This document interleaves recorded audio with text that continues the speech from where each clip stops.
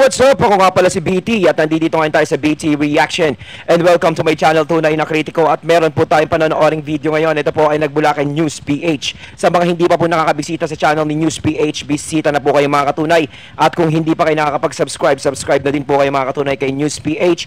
At syempre, huwag nyo rin po sanang kalimutan na mag-subscribe dito sa channel ko sa Tunay na Kritiko. Sa mga hindi pa nakakapag-subscribe, and click the notification bell para maging updated po kayo sa mga reaction videos na aking inilalabas. So huwag na natin pagtagalin at sabay-sabay na nating panoorin ang laman ng video na hatid sa atin ni News PH at bibigyan natin ng reaksyon.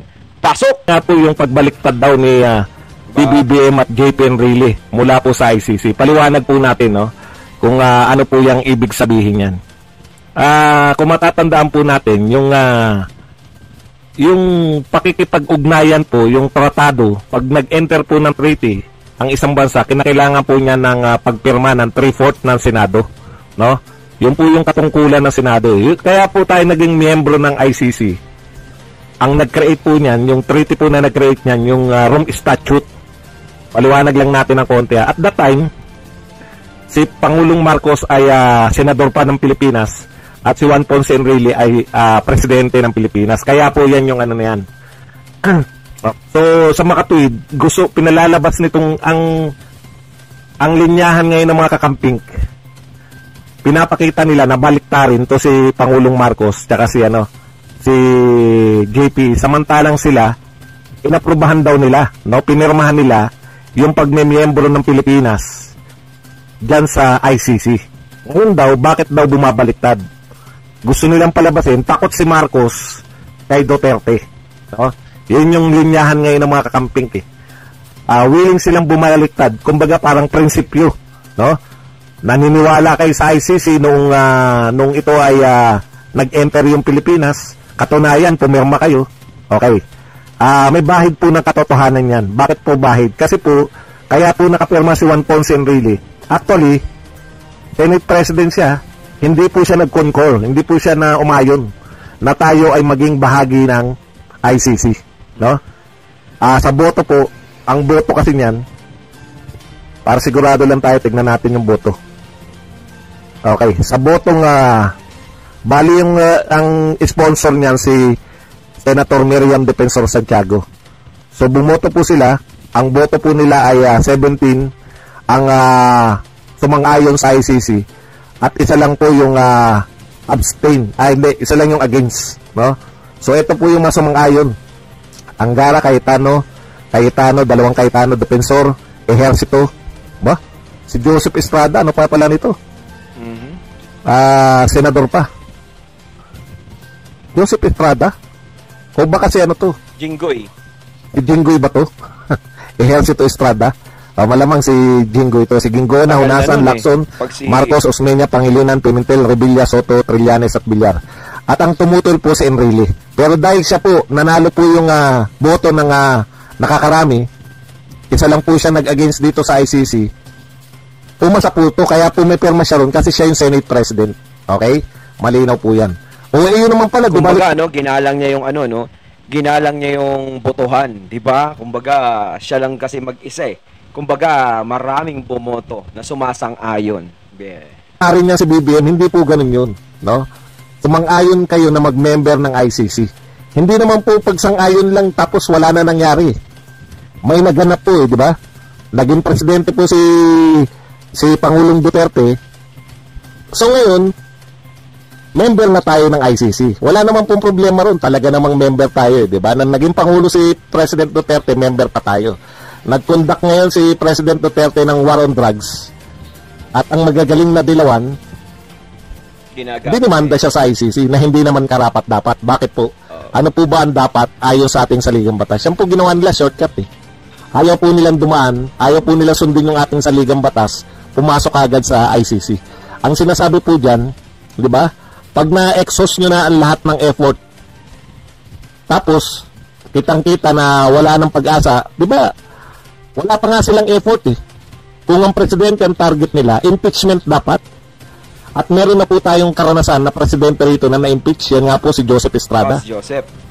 Bakit po hindi sila dumaan sa impeachment kung talagang may kasalanan si Pangulong Duterte? Okay? Inis na inis sila dyan sa war on drugs na yan, At saka kung meron talaga, no, kung gusto talaga nilang kasuhan o habulin yung mga nagawa ni FPRRD, no, tungkol sa war on drugs, dapat dito sa korte dito. Kaya nga meron tayo dito sa Pilipinas, parang binabaliwala naman nila yun. Parang tinatapakan nila yung hustisya rito, di ba? Dinadaan agad nila sa ICC. Gusto nila sa mga imported agad no? Talaga ikinakalat nila doon, no? Sa tingin nyo ba mali yung ginawa ni Pangulong Duterte nung panahon na siya'y nakaupo pa doon sa war on drugs niya? Bakit kayo nagagalit? Di ba? Halos sa mga naperwisyo lang naman nun ni FPRRD is yung mga sumisira sa kinabukasan ng mga kabataan noon. Di ba? Bakit kayo nainis? Anong kinagagalit nyo? Kayo ba gusto nyo yung mga anak nyo, yung mga kamag-anak nyo maging ganun? Magumon sa masamang bisyo? Imbis na magpasalamat kayo kay FPRRD sa lahat ng effort na ginawa niya nung panahon na siya'y nakaupo, naiinis kayo. Halos halos tumahimik nga nun ng konti, naging maayos Ang daming nangilag, ang daming adik na nagbago. Di ba? Ang daming tumino. Imbis na lumaki, nabawasan. Di ba? Dapat ikatuwa niya yun, hindi nyo dapat ikinagagalit yung mga ganung bagay. Dito sa atin sa Pilipinas, baliktad no? Kung sino pa yung gumagawa ng tama, siya ay nagiging mali. Kung sino yung gumagawa ng mali, yun ang tama Pero bago mangyari yan lahat, nung nagsampa pa lang sila, dahil matalino po si Pangulong Duterte, nag-withdraw po tayo sa ICC. Ngayon, meron pong senador, hindi ko na po matandaan kung si Drilon o si Kiko Pangilinan, yung kinwestiyon, yung pag-withdraw ni Duterte, kinwestiyon po sa Supreme Court. Kung nararapat po ba, binabalik lang natin yung nakaraan kung nararapat po ba, legal po ba yung pag-withdraw ni Pangulong Duterte nang mag-isa, nang hindi kinonsulta o walang approval ng Senate.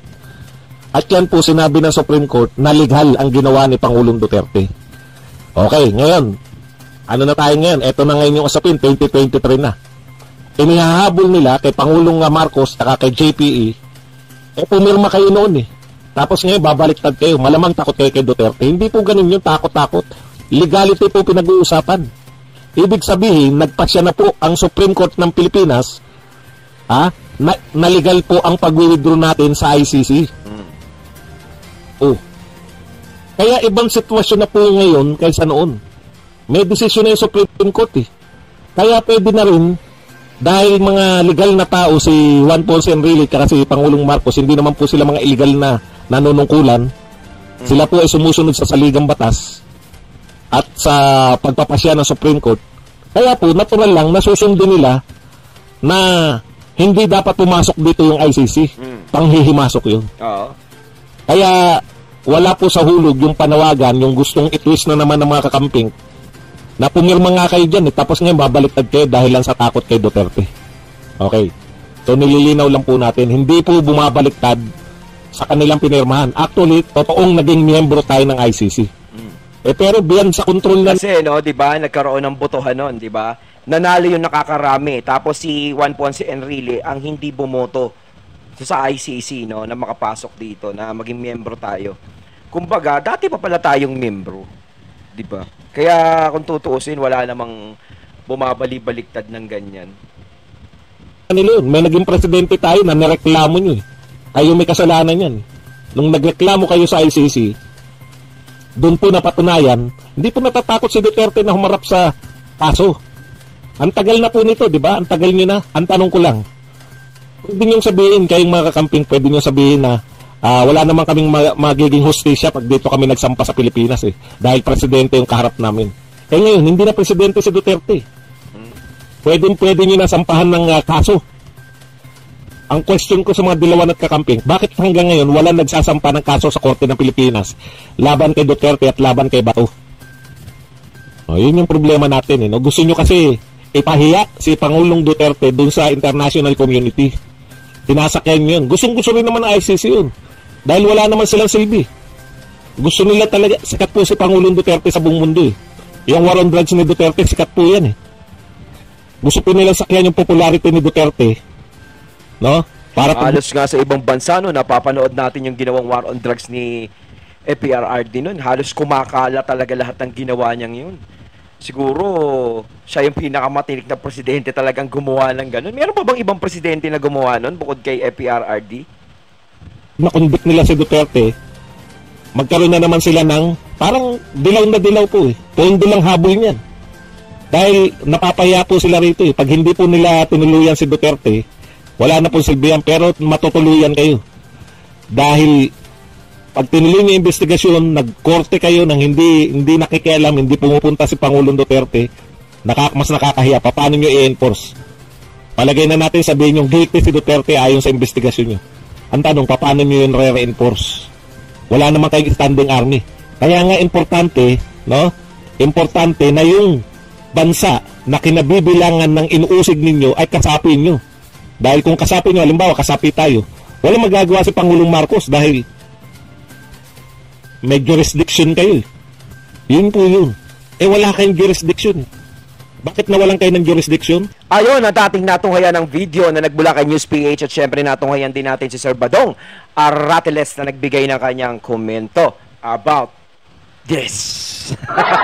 Ayan kayo mga katunay, ano ang masasabi nyo tungkol sa napanood nating ito?